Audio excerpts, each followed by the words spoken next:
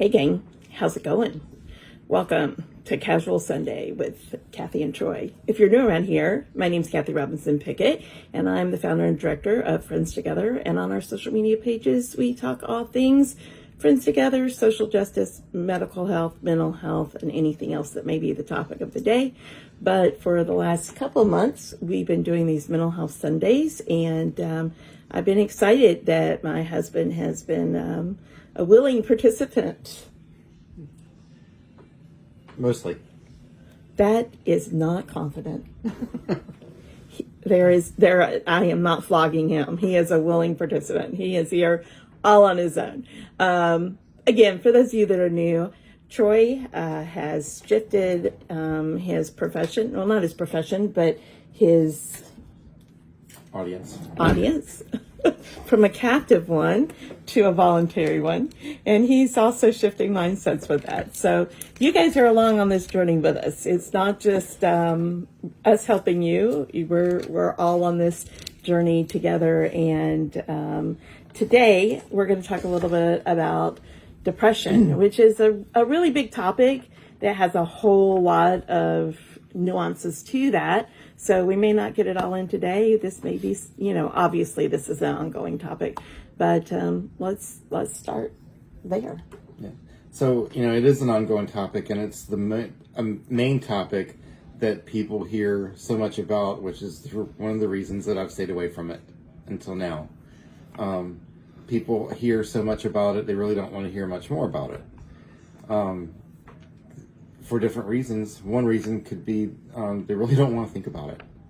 And because when you hear the symptoms and everything, it's hard not to apply them to yourself. But anyway, here we go.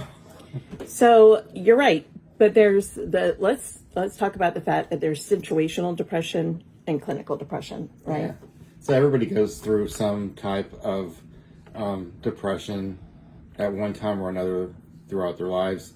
And a lot of times it's just related to a single isolated situation that gets resolved fairly quickly and doesn't have any lasting mental health effects on people. So those are the things that really don't always need treatment. You may need someone just to tell you that it's just situational. Or someone to talk it through with. Right. Talk therapy again or not even just talk therapy, but having that sounding board, so some types of situational depression. For me, most of you know me really well, and you know that I've had lots of stuff in my life, but the first time and only time until that point that I ever felt depression in my life, do you know? Can you take a guess? Let's see. I don't want to guess. When These things are rolling through my head, and it's like, no, I'm not going to pick the right one. When the kids went off to college.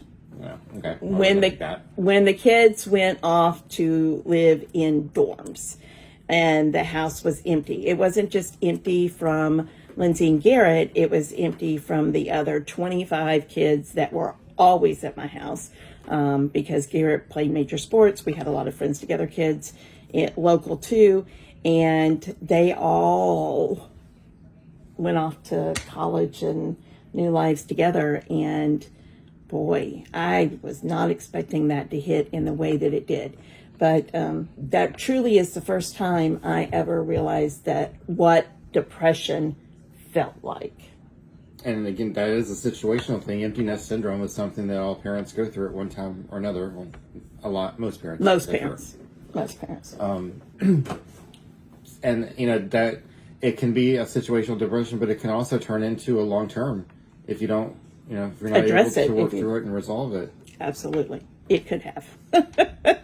It could have, and it was feelings. I mean, this is after Steve's died, it's after the traumas, it's after all of that, and all of a sudden I'm driving by soccer fields and crying, just like uncontrollable tears on Saturday mornings watching other children play soccer. So those are fairly easily addressed kind of things, right? So they go along with not just empty nest syndrome, but maybe, changes in life that come, which is we all go through, right? We are all. It's that part it's a normal part of life, and it's a normal part of aging. It's a normal part of aging, and that is a big part. But that is also when a lot of people experience depression for the first time, as they start facing things that come with aging.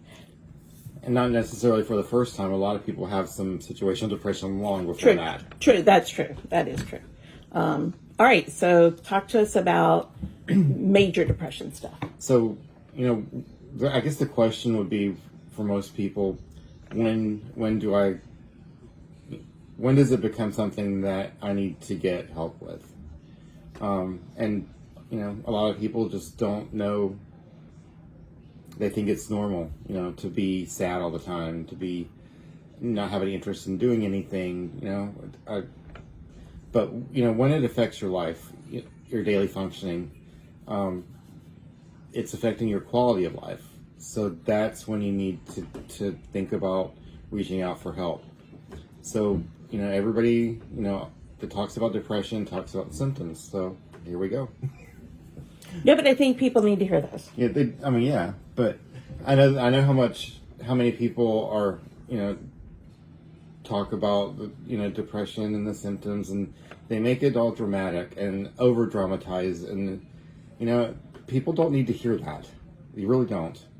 I'm not a used car salesman. I'm not an over dramatizer. Kind of understate, if anything. But so depression. Let's go. Some of the symptoms, and I'm starting to stutter. So depressed mood most of the day, nearly every day. So feelings of sadness, emptiness, hopelessness, a diminished or lack of interest in doing things that you normally want to do. Either a significant weight loss or a significant weight gain without trying. And either insomnia, trouble sleeping, or wanting to sleep all the time. Or, things affect people differently. So fatigue, being tired all the time, waking up with no energy, feelings of worthlessness or excessive or inappropriate guilt. Some people have trouble concentrating, focusing. And some people, when your brain can go to really dark places. So when things aren't addressed, things just don't normally get better on their own. So some people get to the point where they have recurrent thoughts of death, impending doom.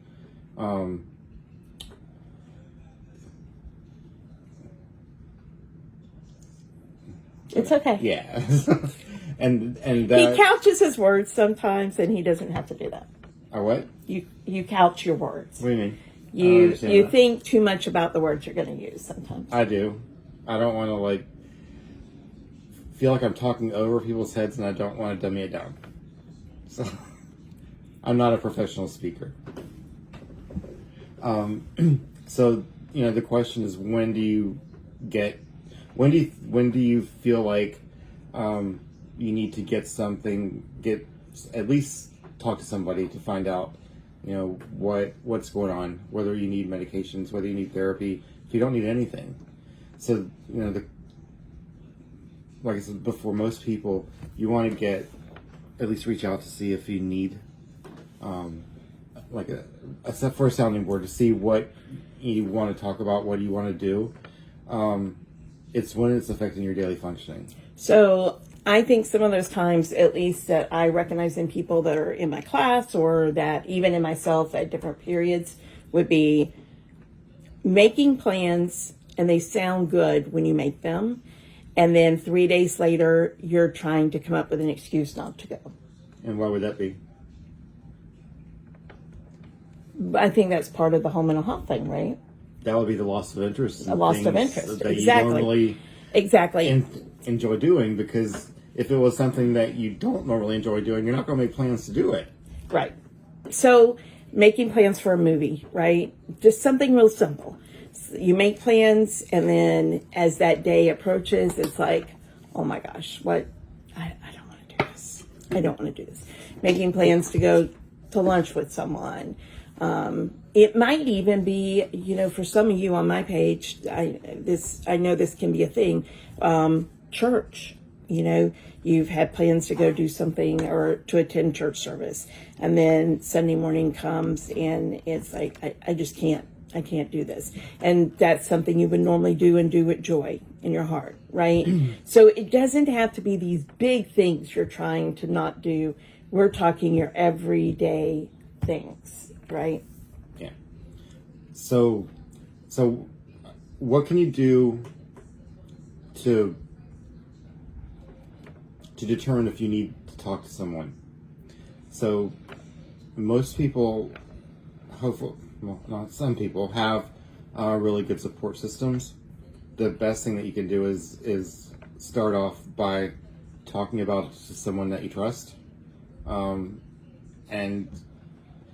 if you have a relationship with someone that they know that you're going to accept what they say, or at least give it a thought, that would be your good first step. Because, like I said, our minds can go to dark places if left unleashed, and sometimes it just takes being able to talk to someone to be able to determine how serious something actually may be. So that person, let's be a little more specific for folks. That person may be your clergy, it may be your doctor, it may be your nurse practitioner, it may be a trusted person in your life that maybe has had some other experiences. But it doesn't have to be a mental health professional. It doesn't Correct. have to be That's a what medical I'm trying professional. to. It could be a family member, a close friend, or like the people that Kathy mentioned. Somebody you trust. Right. Somebody you trust. You don't have to all of a sudden make an appointment with a new, like a therapist or a this or that to decide, do I need to talk to somebody? Is what I want people to understand. The initial conversations need to be with somebody who know you a little bit, because they're gonna know, is this different for you or not? Right. And they're going to be honest with you on their opinions. Now, their opinion may not match yours, but it'll give you something to think about. I really think that it's important to reach out to someone that you know that's not in the medical or mental health field, because honestly, there's not a shortage of mental health or medical patients, but there are some providers that will lead you. Well, what I'm saying is everybody doesn't need to see someone. Right. And people come from different places, right? And again, you're just better off initially talking to someone who actually knows you, because they are the folks who are going to see what's changed. In my case, when we go back to the empty nest stuff, Troy and I were married, but we were not, again, living under the same roof most of the time. You were down here and I was in Lakeland, and things weren't matching. So it was actually my good friend who looked at me one day and said, "Hey, are you okay?" And I was like, "No, I'm okay." And it was somebody I shared an office with and work with, who recognized, because she'd been through it, right? Her kids were 10 years older than mine, and she knew immediately what I was dealing with. Yeah. I totally just lost my train of thought. It's okay. That happens. Every day. Because you know why? Because we're getting old. And that's what happens when we're getting old. But the idea that we really want you guys to get from this is that if you were to watch the TV commercials that run every day, everybody on the planet is going to think, "Oh my God, I'm depressed and I need drugs." And that's just not the case. You may need something to get you through something. You absolutely may have clinical depression, and you may need to be having intervention with your medical professional. And it's figuring out where you are in that. Right. Train of thought just came back. So this may sound strange to people who don't have anything to do with healthcare or anything, but healthcare providers go to extraordinary lengths to cover themselves. So they're not, if you go to see someone, more than likely they're not going to tell you that you don't need therapy, that you don't need meds. I mean, some will, but a lot are going to, say you need therapy, maybe possibly medications. Because we live in a very litigious... Exactly. We live in a litigious society where people, providers particularly today, are afraid of being sued. If somebody presents and says, I have a mental health situation going on, they're going to find one. Because, again, oftentimes they're afraid of, if they make the wrong call and you were to hurt yourself or somebody else, then they find themselves in that litigious situation, right? Right. When, in actuality, documentation, that is what documentation is for. But what brought this to my mind was last week when I took my dad to the doctor, the oncologist. And he had been going back and forth of whether he wanted to continue his immunotherapy. So the nurse practitioner comes in, and they do the labs and everything. And the nurse practitioner's nice young guy. We love him. So he tells my dad, and my dad can't hear. This guy doesn't have like a voice, a tone in the voice that my dad hears well. So he told my dad, your labs are good. You're clear to continue the therapy if you want. Would you like to have it today? So my dad looks at me and he says, what do you think? I said, I think you need to make up your mind. I said, but let's just call the nurse practitioner Jack. So Jack is not going to tell you not to do the therapy. He's a healthcare professional. They're not going to do that. That's not what they do. I said, so if you decide that you don't want it, you have to be the one to say it. And that's what led my mind to this, and because it applies to mental health also. It turned out, my dad decided to get the infusion because he had been feeling so much better for the last few weeks when he hadn't had one, that he had decided on a really bad day to make a decision. He didn't want to do it anymore. So he had the infusion that day. That was my suggestion. It's like, why not try one more and see if the symptoms come back? You can always stop, if they come back. So he did, and so far he's been okay.